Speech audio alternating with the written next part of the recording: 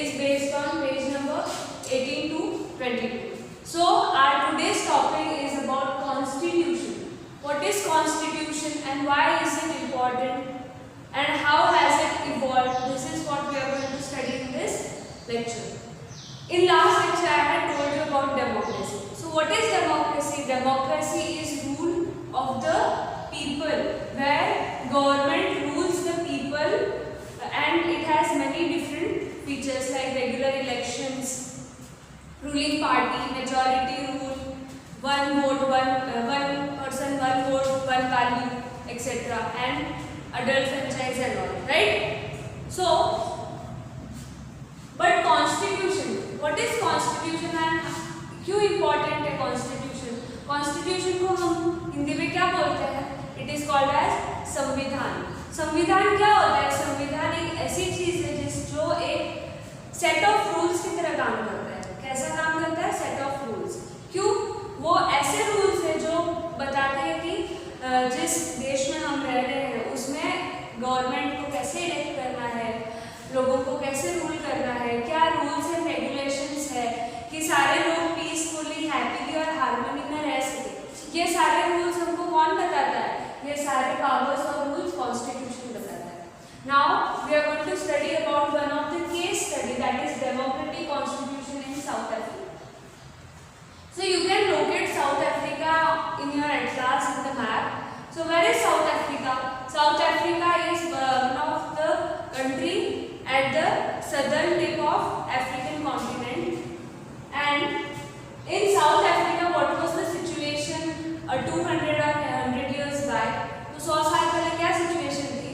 South Africa as a part of different continent, उसको भी जैसे हम भारतवर्ष में जैसे कौन है, ब्रिटिशर्स आए, दे कॉन्कर्ड अस और वो यहीं पे सेटल हो गए and they started ruling us, right? तो सेम अफ्रीका में भी ऐसा ही हुआ. अफ्रीका में भी ब्रिटिश लोगों ने कब्जा कर लिया and they attacked on them and they captured their territory. और उसके बाद जब वहाँ के बेसिक नेटिव्स लोग थे, नेटिव पीपल, दे वर ब्लैक. वो ओरिजिनल लोग जो वहाँ के थे रहवासी, वो क्या थे? दे वर ब्लैक इन कलर. सो और जो ब्रिटिश लोगों ने जो जहाँ पे उनकी टेरिटरी कैप्चर की थी वो कैसे थे? वो तो गोरे लोग थे. तो वहाँ पे उन्होंने डिस्क्रिमिनेशन स्टार्ट कर दिया कि you blacks and we whites, you negroes and we superiors, right? So this discrimination led to a huge difference between the two communities, right? और उसके बाद ब्लैक्स, जो ब्लैक लोग थे वहाँ के नेटिव्स, उनके ऊपर इतना ज़्यादा टॉर्चर होने लगा, अटैक्स होने लगे कि it was to another level, right? और उस चीज़ को पहले तो उन लोगों ने सहन किया, सब लोगों ने. तो वहाँ क्या क्या होता था? It had system of segregation for trains, buses, hospitals, schools, library, cinema halls, beaches, public toilets and all the places. मतलब हर एक ये जो प्लेसेस है ये गोरे लोगों के लिए अलग होती थी और काले लोगों के लिए अलग होती थी. Blacks had all the facilities, while whites had all the facilities, but blacks did not have any facilities. They had to live in very bad conditions. They did not have right to walk on the roads where the white people walked or go in the places where white people visited, right? So this is segregation, means separation. Yes, system of separation था, and this practice was called apartheid. Apartheid क्या होता है? System of racial discrimination in South Africa. South Africa में जो racial discrimination, blacks and white, जो skin color के base के ऊपर बेस्ड जो discrimination होता है उसको हम apartheid बोलते हैं. और इसी apartheid के लिए who found fight was led by Nelson Mandela. Nelson Mandela is a hero of South Africa.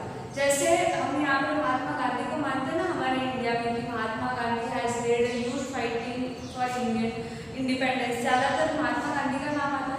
वैसे ही वहाँ पे किसका नाम आता है? नेल्सन मंडेला का नाम आता है. He has been a hero for thousands of people because he started a fight against apartheid and when he raised his voice against this black and white discrimination, so he was sentenced to jail in 1964 for 28 years in a very bad condition jail, and which was located robin island, मतलब robin island एक south Africa में जगह है। वहाँ पे जब इन्होंने आवाज़ उठाई ब्लैक्स के फेवर में, तो क्या हो गया, he was sentence to jail, उनको जेल हो गई थी 1964 ईयर में। And for how many years, for complete 28 years, 28 साल वो जेल में रहे। And he led a fight against apartheid. But what was the, मतलब इसका प्रिपरेशन कैसा हुआ कि in 1950 a fight began by ANC। ANC is African National Congress, many workers unions and communist party. मतलब 1950 से अब इनफ इज इनफ वाली situation हो गई थी साउथ अफ्रीका में, और लोगों ने क्या सोचा कि now we are no more going to get suppressed by the whites and we are going to have we are going to unite together and we are going to fight against the white people। और उन्होंने 1950 से groups form किया और उन्होंने fight शुरू कर दिया। और उसमें बाद में लीडर बन के कौन उभर के आए, नेल्सन मंडेला। और उसके बाद इनको जेल भी हुई 28 साल के लिए, बहुत बुरे कंडीशन वाले जेल में रखा गया था, बहुत टॉर्चर करा गया था इनको। But he did not give up, उन्होंने गिव अप नहीं किया बिल्कुल भी। And at last finally at midnight in 26 April 1994 fight ended and a new democracy of South Africa was born।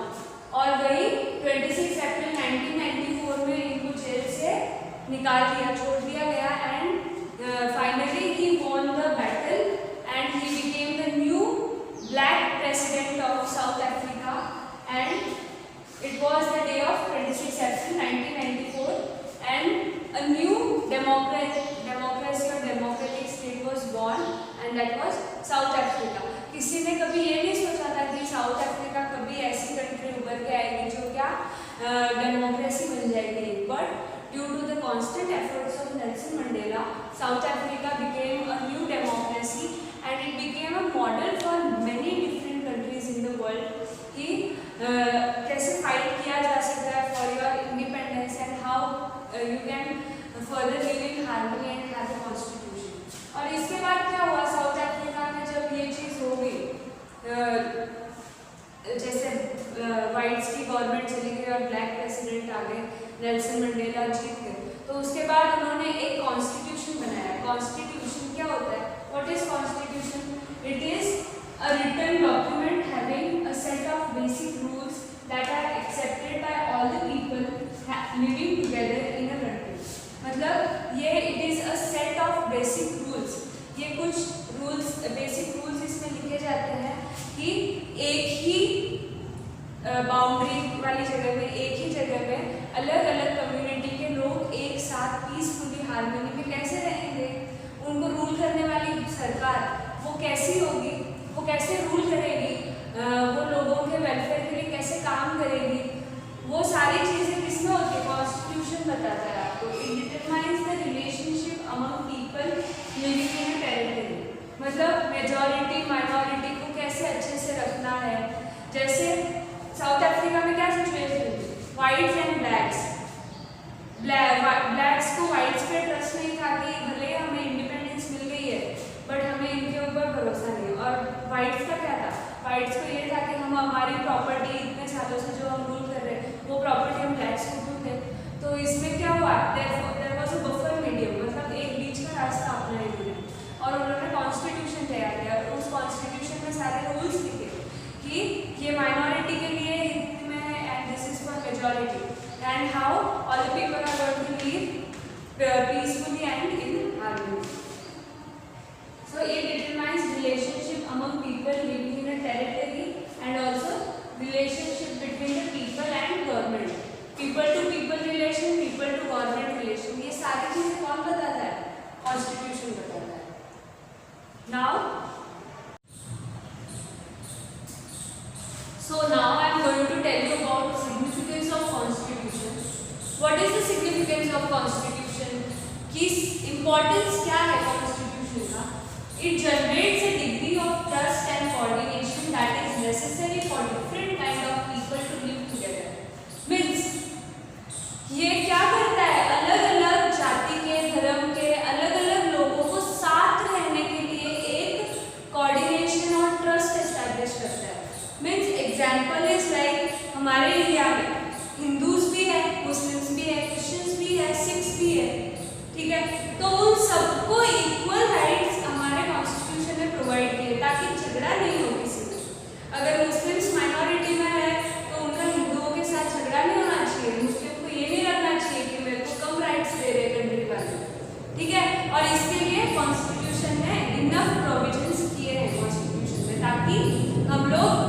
Properly harmony से पीसफुली रह सके with the good brotherhood. It signifies how government will be constituted, who will have power to take which decision. और constitution ही हमें ये बताता है कि गवर्नमेंट कैसे फॉर्म होगी, कैसे फॉर्म होगी इंडिया में गवर्नमेंट। 5 साल से इलेक्शन होंगे, ऐसे फॉर्म होती है ना। तो ये चीजें कहाँ पे बताई गई, ये चीजें सारी कॉन्स्टिट्यूशन में बताई गई है कि who will have power to take which decision, और किसके पास कौन सा पावर होगा कैसे डिसीजन लेने के लिए। मतलब प्राइम मिनिस्टर के पास कौन सा पावर होगा, प्रेसिडेंट के पास कौन सा पावर होगा, गवर्नमेंट के पास कौन सा पावर होगा, चीफ मिनिस्टर कैसे वर्क करेगा। तो ये सारी चीजें कौन बताता है, constitution. Third, it lays down limits on the powers of government and tells us what the rights of citizens are. अब कॉन्स्टिट्यूशन पावर तो दे रहा है कि गवर्नमेंट को कि कैसे काम करना है, कैसे करना है, बट गवर्नमेंट को मनमानी करने दे रहा है, ये नहीं होता है। मनमानी करने से कौन रोकेगा, गवर्नमेंट को कॉन्स्टिट्यूशन रोकेगा। और कॉन्स्टिट्यूशन ने इसलिए हर एक सिटीजन को कुछ राइट्स दिए, और वो राइट्स क्या है, फंडामेंटल राइट्स। अगर हम लोगों को हमारे बेसिक रूल्स या बेसिक जिंदगी को अगर कोई हर्ट करता है तो हम हमारे फंडामेंटल राइट्स को हम लेके हम कोई भी कोर्ट को अप्रोच कर सकते हैं, इवन सुप्रीम कोर्ट तक। And supreme court can give decisions in our favor and tell the state governments or government to act accordingly, respecting the rights of each and every citizen.